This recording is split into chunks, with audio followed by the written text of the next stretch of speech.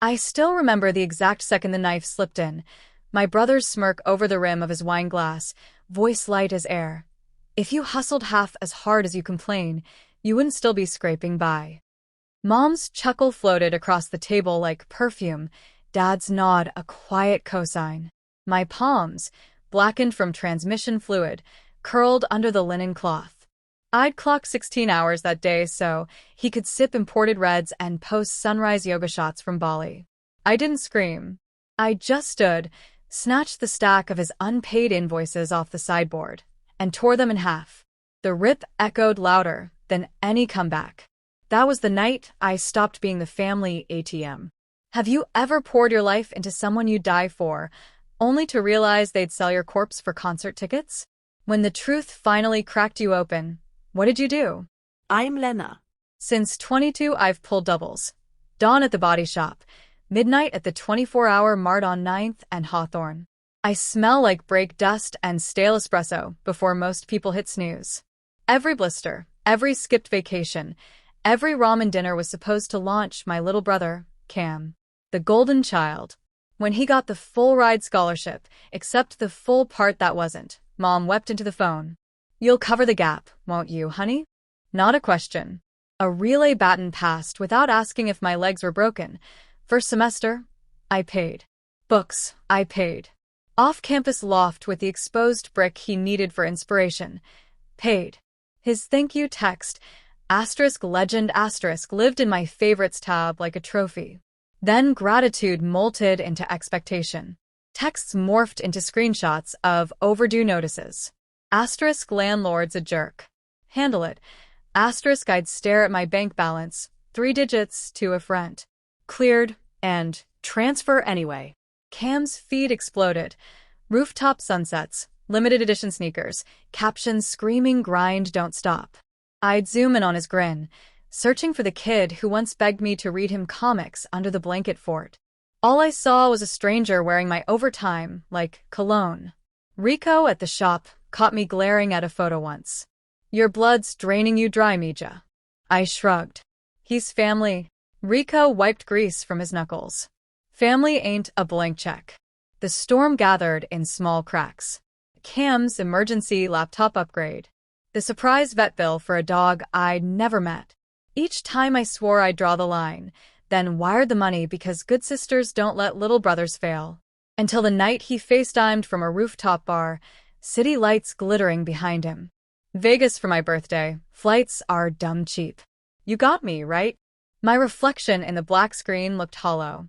Cam, I'm negative until Friday. He laughed, the sound of champagne popping. You're always negative. Figure it out, practical queen. Call ended. I stared at my calloused hands and felt something inside fossilize. The dinner was Mom's idea. Let's celebrate Cam's new internship star. I almost bailed, but guilt's a stronger narcotic than exhaustion. Cam breezed in wearing the watch I'd funded, hugged me like a prop. Conversations stayed light until Mom asked if I'd started a down payment fund yet. Cam snorted. She's been starting since I was in diapers. Then, toasting with the bottle I'd paid for.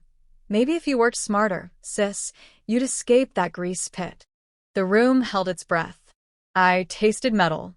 Funny, I said, voice steady as a torque wrench. I escaped tonight.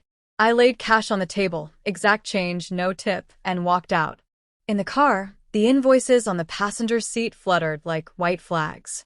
I shredded them at every red light. 72 hours later, the calls began. Cam first, polite, then frantic. Rent bounced. Allò, primer let vull sa el fill. Mom next, Arctic. He's stranded Lena. Fix it. I replied. He's 24. Google's free. By Friday he was at my door, hair unwashed, eyes wild. You're destroying my future. I leaned against the frame. Your future was never my mortgage. He shoved a printed lease at me. Sign the guarantor line or I'm homeless.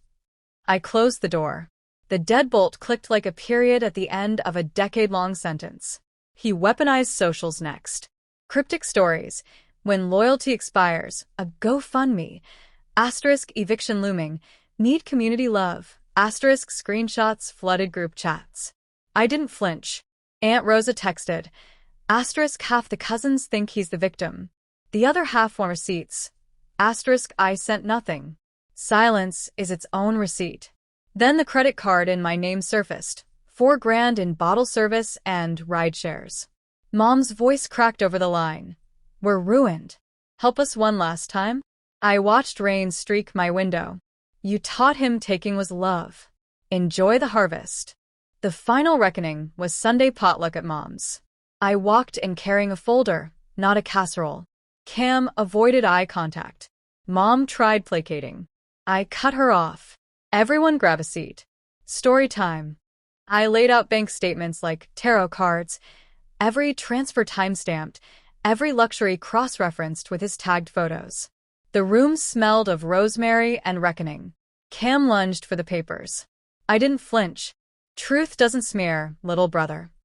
Moments later he bolted, slamming the screen door hard enough to rattle family portraits. Mom aged 10 years in 10 seconds. Dad stared at his shoes. I gathered the shreds of my evidence. Love isn't a subscription service, I said. Cancel whenever. Outside, the air tasted like cut copper, sharp, alive. Word is Cam's couch surfing now. Internship ghosted him. Fee gone dark. Mom's garden club asks awkward questions. I still pull doubles, but the money stays in my account. My hands are rough, sure, but they open my own doors now. I didn't burn the bridge. I just stopped paying the toll.